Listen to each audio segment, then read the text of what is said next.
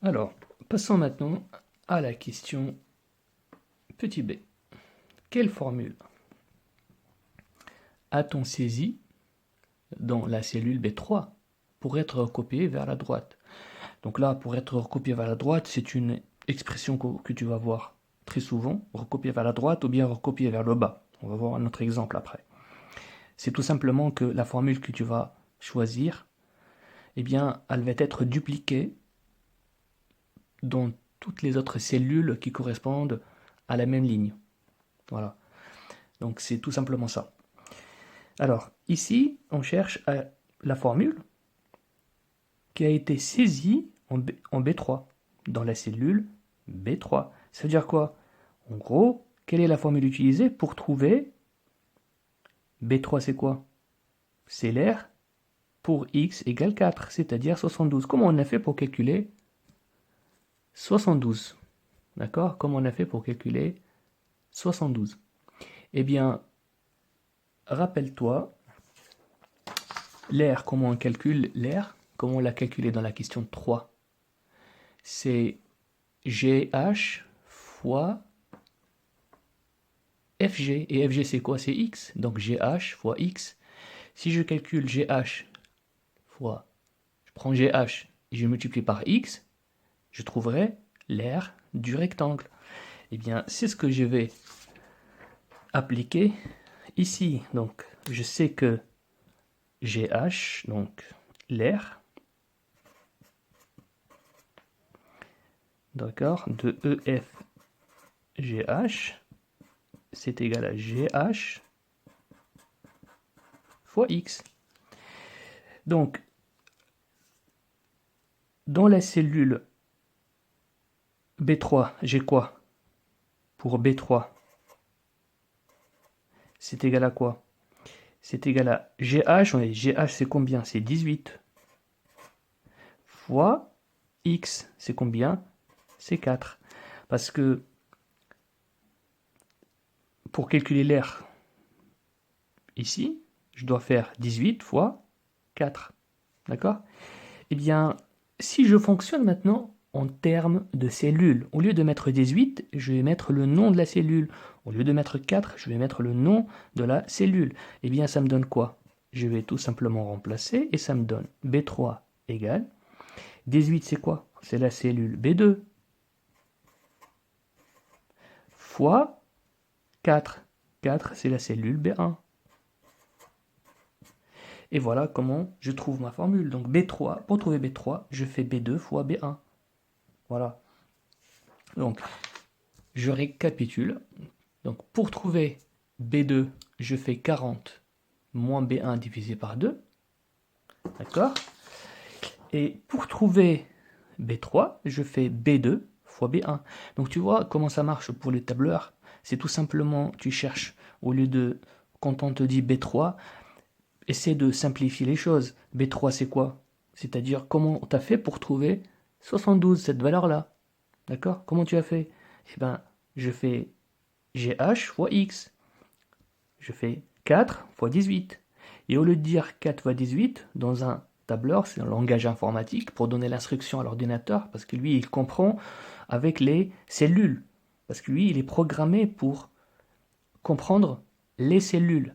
Donc, des commandes en fonction des cellules. Donc, et qu'il puisse dupliquer ça pour toutes les autres cellules. C'est-à-dire que lui, automatiquement, qu'est-ce qu'il va faire?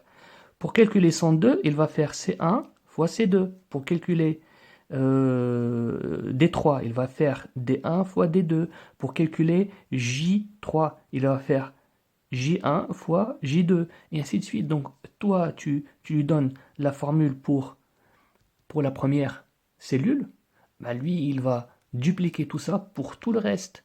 Donc, ce qui fait que, mais quand tu lui dis B3 égale 18 fois 4, comment il va faire, lui, l'ordinateur? Le logiciel, il peut pas. Qu'est-ce qu'il va choisir comme chiffre après pour les autres cellules? Donc, il n'y a pas de. Tu lui as pas donné une instruction, c'est pas une instruction, c'est un calcul qui est uniquement valable pour une cellule, mais pas pour les autres. Mais pour que le calcul soit valable, qu'il puisse que le logiciel puisse le dupliquer pour toutes les autres cellules, eh ben, il faut que tu lui donnes une instruction, une commande qu'il peut comprendre. Et la commande qu'il peut comprendre, l'ordinateur, c'est quand tu lui dis B3 égale B2 fois B1. Eh bien, lui, pour calculer C3, il va faire C2 fois C1. Pour calculer D3, il va calculer D2 fois D1. Et c'est la même chose ici. Hein, l'ordinateur, tu lui donnes cette instruction, tu lui dis que pour trouver B2, tu dois faire 40 moins B1 sur 2. Et bien, si tu lui donnes à l'ordinateur, s'il veut, tu lui donnes C2, eh ben, il va faire la même chose. Il va faire 40 moins C1 sur 2. Si tu donnes J2, eh ben, il va faire 40 moins J1 sur 2. Donc tu vois, tu lui donnes un exemple, une instruction qu'il va dupliquer pour toutes les autres cellules. Voilà comment ça marche un tableur. Je vais prendre un autre exemple pour consolider la compréhension de cette notion. Donc, je vais prendre un autre exemple pour encore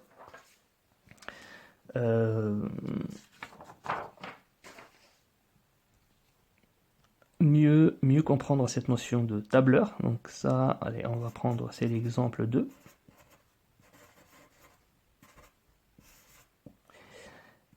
Première question. Bon, allez, on va lire l'énoncé. Voici l'exemple 2, il est là plutôt. Alors, à une vitesse donnée V, à une vitesse V, une voiture qui freine parcourt avant de s'arrêter une distance D appelée distance d'arrêt.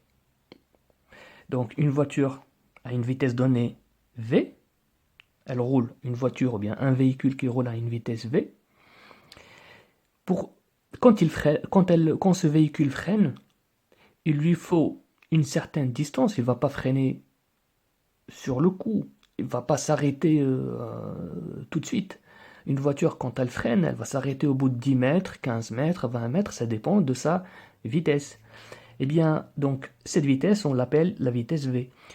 À une vitesse V, une voiture qui freine parcourt, avant de s'arrêter, totalement bien sûr, une distance qu'on appelle D, hein, appelée distance d'arrêt. Cette distance-là, on l'appelle techniquement la distance D. Hein. Tu vas même voir ça quand tu vas faire ton code. Quand tu vas passer ton code, tu vas voir cette formule normalement.